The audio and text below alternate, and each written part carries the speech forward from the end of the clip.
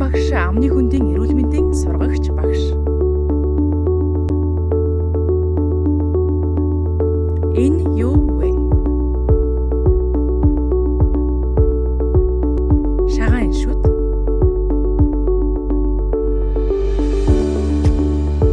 Цоорсон шүдийг таних. Шүдэнд сайн ба муу хоол. Шүд угаах цаг. Монгол улсын эрүүл мэндийг дэмжих сангийн санхүүжилттэй амны хүндийн эрүүл мэндийн боловсрол олгох зурвал хичээлийг бэлтгэн хүргэж байна. Сайн байцгаана уу багш нараа?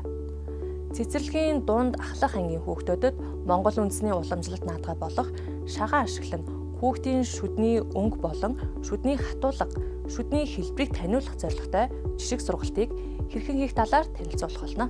Хүний амны хүндийн шүд, уйл, хэл гэсэн үндсэн хэсгээс тогтдог. Шүд цагаан өнгөтэй, хатуу бүрхүүлтэй эрхтэй юм.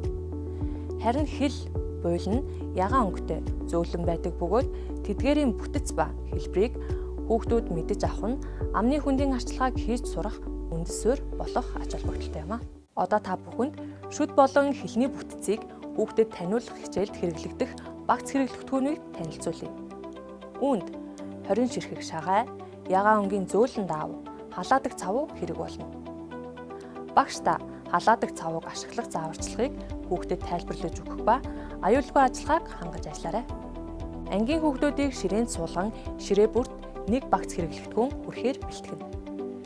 Бид ийхүү бэлдснээр хүүхдүүдтэйгээ шагаагаар шүдийг орлуулж тоглох гэж байна.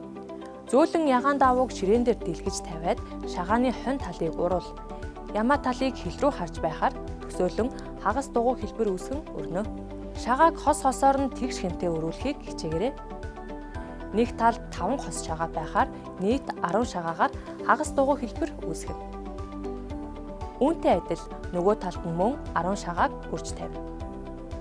Хүүхдэд шагааг бариулан энхүү орж тогсноор шагаанд шүд шиг хатуу бүтэцтэй, мөн цагаан өнгөтэй, гадна тал нь гүлгөр, зарим хэсгээрээ хотгор гүтгэр хэлбэртэй, яг л хүний шүдтэй ижил болохыг ойлгуулж өгөөрэй. Үүний дараа хэлийг ягаан өнгийн цаас эсвэл даавуу ашиглан хагас дугуй хэлбэрийг гаргаж хайчилна. Энхүү хайчилснаа шагаан донд байрлуулна.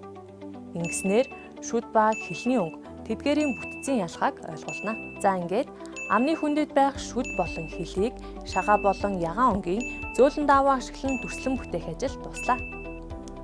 Тойруулан байрлуулсан шагааг хүүхдүүдээр нэг нэгээр нь тоолголох дасгалыг энэ бүтээлийг ашиглан хийж болно. 20 шагаа тойруулж байршуулсан нь хүүхдийн сүн шүд 20 байдаг болохыг тогтоолгох давуу талтай. Ингээд шүд ба хэлний бүтэц тэдгээрийн хэлбэрийг таниулах жишг хичээл үүгээр өндөрлөж байна. Цэцэрлэгийн багш та бүхэн агуулгыг баяжуулан хүүхдийн насанд тохируулж энэхүү хичээлийг сургалтаа ашиглаарай. Та бүхэнд эрүүл энхийг хүсье. Эрүүл ирээдүйг хамтдаа бүтээе.